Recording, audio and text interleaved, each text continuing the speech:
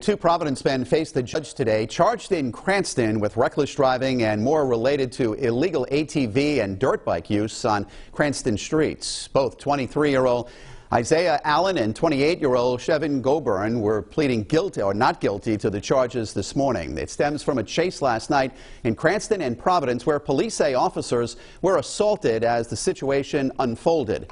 The arrests come less than a week after the Cranston police chief and mayor announced new ordinances to crack down on illegal vehicle use on city property. 12 News reporter Chelsea Jones has more from a bike group who says there are easy changes that can be made to avoid bikers from taking over city streets. One member of Bike Lives Matter says he believes ATV riders are being profiled and overall misunderstood, but he says there are changes that can be made to fix that. Tuesday night, a chase led to this. Isaiah Allen and Kevin Goburn in court after illegally riding their ATVs in Cranston. Let's find them a place to ride. Let's give them a specific zone like we do these skate parks, and then we can move forward. This all happening only days after Cranston officials created ordinances to stop the sale of gas to illegal off-road vehicles and even prohibiting them on city property. Jeremy Costa with Bike Lives Matter says there is currently no place for riders to ride safely, but he has ideas of places in town that could work. Like here at Collier Point Park, where Costa says if this was open to ATV riders, roughly 50 to 100 bikers a day would be off the streets. The community believes that these guys are a bunch of menaces, a bunch of thugs, and that's far from the truth. We do have, isolated incidents like anything else. The ATV issue is one that 12 News has covered extensively. It's led to ATVs being crushed like this in Providence, an effort to stop their illegal use. Mayor Jorge Elorza has even said that he's interested in creating legislation that would require riders to register their vehicles, get insurance, and even modify the bikes with side mirrors and turn signals to make them safer and quieter. Tomorrow at noon here at the Public Safety Complex, Mayor Jorge Elorza and other Providence officials are expected to address the ATV issue in the city. In Providence, I'm Chelsea Jones, 12 News. We have new information tonight about the latest ATV incident in Cranston, which we reported last night at 10 and 11.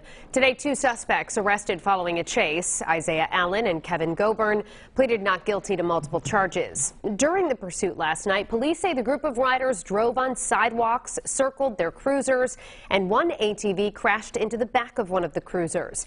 Police also say one of the riders flashed a gun. This happened just a few days after the city announced it would crack down on ATV and dirt bike riders, and Providence has been dealing with this problem too for years. 12 News reporter Chelsea Jones talked to a member of the motorbike community who says tensions are high and it's time to make some changes as soon as possible. Bike Lives Matter says that ATV legislation to fix the issue we've seen in cities like Cranston and Providence is great, but they believe there are things that can be done immediately to fix the problem. A chase ends with the arrest of these two men because they were riding ATVs illegally on Cranston city streets. We've got to get this tension out the ear. Jeremy Costa with Bike Lives Matter says there has been conflict for a while between ATV users and police, but he thinks there are bigger issues at hand. They're assuming that these people that are riding these bikes are black and brown, and they are chasing these kids because they think that they are criminals. The use of illegal off-road vehicles spans several cities. In Cranston, they created ordinances to stop the use of illegal bikes on city property. Across the city line in Providence, in the past, they've crushed illegal bikes, and the mayor is calling for laws that make these off-road vehicles safer with changes like side mirrors, mufflers, and insurance. But Costa says, bottom line, bikers need a designated place to ride. Like here at Collier Point Park, where Costa says if this was open to ATV riders, roughly 50 to 100 bikers a day would be off the streets. Wouldn't it be nice to be able to watch it in a stadium, to be able to watch it in an arena, or to be able to watch it in an atmosphere that is controlled? Costa says this needs to happen now. And hopefully take the stress and the pressure off of the bike community and the police and the cities that have made these ordinances. Tomorrow at noon here at the Public Safety Complex, Mayor Jorge Elorza and other officials are expected to hold a press conference regarding the ATV use in the city. In Providence, I'm Chelsea Jones, 12 News.